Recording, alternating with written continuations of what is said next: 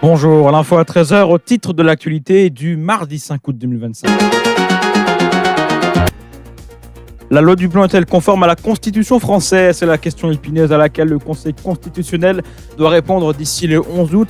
A priori le 7 août selon les sages cités par l'AFP, alors qu'une pétition pour annuler la loi a atteint 2 millions de signatures sur le site de l'Assemblée nationale. Dans le même temps, les tribunes se multiplient pour appeler l'instance à censurer le texte. Cette loi vise à assouplir les normes environnementales et sanitaires qui s'imposent aux agriculteurs afin d'être plus compétitifs face aux pays étrangers, notamment au sein de l'Union européenne. Parmi ces mesures phares, l'autorisation des méga-bassines ou encore la réintroduction sous condition d'un pesticide controversé, l'acétamépride, interdit en France depuis 2018. Entre sécheresse, température à 35 degrés et vent violent, la tramontane, le risque d'incendie dans l'Aude est déjà très élevé. Les pompiers sont sur le qui-vive, 240 sont déjà mobilisés sur le terrain. Ils surveillent et sont prêts à intervenir en cas de départ de feu dans ce contexte et pour éviter d'attiser les flammes. Plusieurs gestes de sécurité sont à respecter. On est dans des pratiques qu'on rappelle éviter l'étincelle. Donc cela veut dire ne pas faire usage de barbecue ni de feu de camp, mais aussi de ne pas incinérer des végétaux ou des déchets. Il s'agit également de ne pas emprunter les pistes, les FCI, ces pistes forestières en véhicule. Conseil Christophe Magny, directeur du SDIS 11. L'Aude a déjà été marquée par plusieurs incendies cet été. Le plus dévastateur a parcouru plus de 2000 hectares vers Narbonne en début juillet. Un autre en a brûlé 600 vers Sigean il y a 2 semaines. Des habitations, des campings ou des terrains agricoles ont été détruits. La prudence est plus que jamais de mise. Un message d'alerte, la pollution plastique est un danger grave, croissant et sous-estimé pour la santé qui coûte au monde au moins 1500 milliards de dollars par an, avertissent les experts dans un rapport paru lundi 4 août dans la revue médicale The Lancet. Ce nouvel état des lieux établi par des chercheurs et médecins de renom est publié à la veille de la reprise de Genève des discussions pour conclure le premier traité mondial sur la pollution plastique. Les plastiques provoquent des maladies et des décès de l'enfance à la vieillesse et sont responsables de pertes économiques liées à la santé dépassant 1500 milliards de dollars, environ 1300 milliards d'euros par an, déclarent les auteurs. Les experts estiment que l'impact de cette pollution pourrait être atténué par certaines politiques. Ils appellent les représentants de 180 pays attendus mardi à Genève pour de nouvelles négociations après l'échec de discussions à Busan en Corée du Sud en décembre, à enfin s'entendre sur un traité. Philippe Landrigan, médecin et chercheur au Boston College aux États-Unis, prévient que les personnes vulnérables, en particulier les enfants, sont les plus touchées par la pollution plastique. À ceux qui se réunissent à Genève, s'il vous plaît, relevez le défi et l'opportunité de trouver un terrain d'entente qui permettra une coopération internationale significative et efficace en réponse à cette crise mondiale, dit-il dans un communiqué. Les inondations touchent Hong Kong aujourd'hui même en raison de fortes pluies qui ont conduit les météorologues à émettre le plus haut niveau d'alerte aux pluies torrentielles pour la 4e fois en seulement 8 jours. L'Observatoire météorologique du centre financier a émis le niveau noir d'alerte aux pluies torrentielles, ce qui signifie que les précipitations doivent dépasser les 70 mm par heure. Mardi matin, les prévisionnistes ont averti d'un risque de grave inondation, ajoutant que le cumul des pluies risquait d'atteindre les 100 mm à certains endroits. La région méridionale chinoise a suspendu les cours dans les établissements scolaires et ouvert des abris temporaires.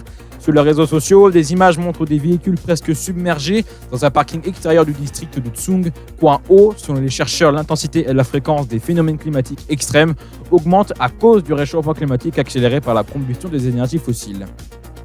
Un membre du groupe de cybercriminels Logbit a été arrêté en Ukraine en juillet par les gendarmes de l'unité nationale cyber, révélé aujourd'hui par France Info. Cette nébuleuse spécialisée dans les rançons logiciels est notamment responsable de la cyberattaque de l'hôpital de Corbeil-Essonnes en août 2022. Cet Ukrainien est âgé d'une trentaine d'années selon les informations de France Info. Les enquêteurs estiment qu'il a à son actif plusieurs dizaines de cyberattaques, dont certaines en France. Mi-juillet, les gendarmes de l'unité nationale cyber du général Hervé Petry, qui l'ont identifié, se sont rendus en Ukraine où le hacker a été arrêté. Nous savons précisément ce qu'il a fait, quel était son rang dans le système. Lui était en plus un affilié, décrit le général. Cela lui assurait un revenu confortable, mais il faudra évaluer précisément combien il a réussi à gagner avec ce type d'activité. Les enquêteurs exploitent aussi le matériel informatique de cet Ukrainien. Logbit est une sorte de franchise qui part d'un virus, un rançon logiciel qui ses concepteurs ont mis à disposition des pirates en échange d'un pourcentage sur les rançons que les hackers reçoivent de leurs victimes. Les sommes peuvent parfois atteindre plusieurs millions d'euros pour des entreprises prêtes à tout pour retrouver l'usage de leur système informatique. Quand on parle de Logbit, cela désigne à la fois le virus, ses concepteurs et les affiliés. L'organisation a fait plus de 2500 victimes en 2024, dont plus de 200 en France. Après un mois de juillet mitigé, un mois d'août très ensoleillé, s'il est trop tôt pour se prononcer aussi loin, les prévisions de cette première semaine d'août ont de quoi trancher avec la météo des derniers jours. On stagnait depuis quelques temps avec des températures en dessous des normales de saison, mais la masse d'air se réchauffe vers le sud à partir de lundi. La chaleur est de retour avec une semaine qui s'annonce estivale et chaude, résume Jérôme Lecou, prévisionniste chez Météo France. Mais la hausse du mercure attendue pour les jours à venir sera toutefois variable selon les régions et ne sera pas non plus constante. De plus, tout le pays n'est pas complètement concerné par la vague de chaleur attendue. L'épisode sera donc plus contrasté que la dernière séquence de juin, puisque globalement le tiers nord restera cette fois-ci à l'écart des fortes chaleurs, notamment près de la Manche, où l'on va rester autour de 20-24 degrés dans les pays de la Loire, le bassin parisien et la Champagne, où au plus chaud on sera entre 28 et 32 degrés ces prochains jours, explique-t-il. En revanche, dans le sud-ouest, la vallée du Garonne, la Provence, la chaleur va vraiment monter d'un cran en fin de semaine.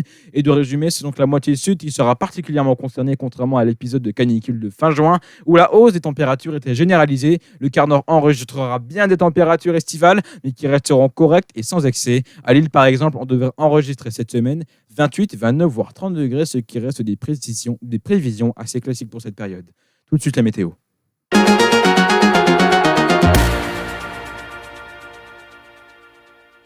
Pour cet après-midi, un passage pluvieux sera présent sur le nord-est, suivi de larges éclaircies. La bande pluvieuse continue de perdre de l'activité, sauf sur le nord-est où des pluies peuvent encore se produire jusqu'en fin de journée. Des côtes de l'Aquitaine au Limousin, à la Bourgogne, et les éclaircies se font plus généreuses au fil des heures pour dominer en fin de journée et en soirée. À l'arrière de la perturbation, le ciel est un peu nuageux, mais l'atmosphère est un peu fraîche pour la saison.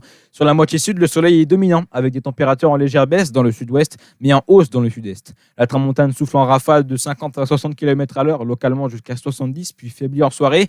Le Mistral, qui s'est levé en vallée du Rhône, se renforce en soirée pour donner des rafales jusqu'à 60 à 70 km/h. Les maximales sont en baisse au nord, comprises entre 20 et 22 degrés près de la Manche, 24 à 28 degrés en allant plus au sud et sur le littoral atlantique, comptez 30 à 34 degrés dans le sud-ouest et jusqu'à 37-38 degrés en basse vallée du Rhône, autour du golfe du Lion et dans le Var. Pour demain, la journée sera globalement ensoleillée malgré le passage de nuages d'altitude sur une grande partie du pays. L'impression de beau temps ne sera pas altérée, le soleil domine sur les régions plus au sud. En vallée du Rhône, le Mistral souffle encore à 50-60 km/h, temporairement 70 km/h le matin, puis tombe peu à peu au fil des heures. Les températures minimales sont un peu fraîches sur le quart nord-est du pays, avec 8 à 12 degrés. Elles vont de 12 à 17 degrés ailleurs, avec 18 à 20 degrés de la moyenne vallée du Rhône au midi toulousain et jusqu'à 21 à 23 autour du golfe du Lion.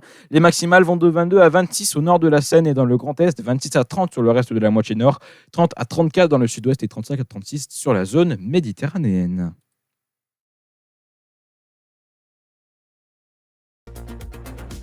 Et c'est ainsi que se termine l'info à 13h. Merci de l'avoir suivi. Prochain rendez-vous sur l'actualité dans moins de 30 minutes pour l'actualité à 13h30. Une bonne journée et à tout à l'heure.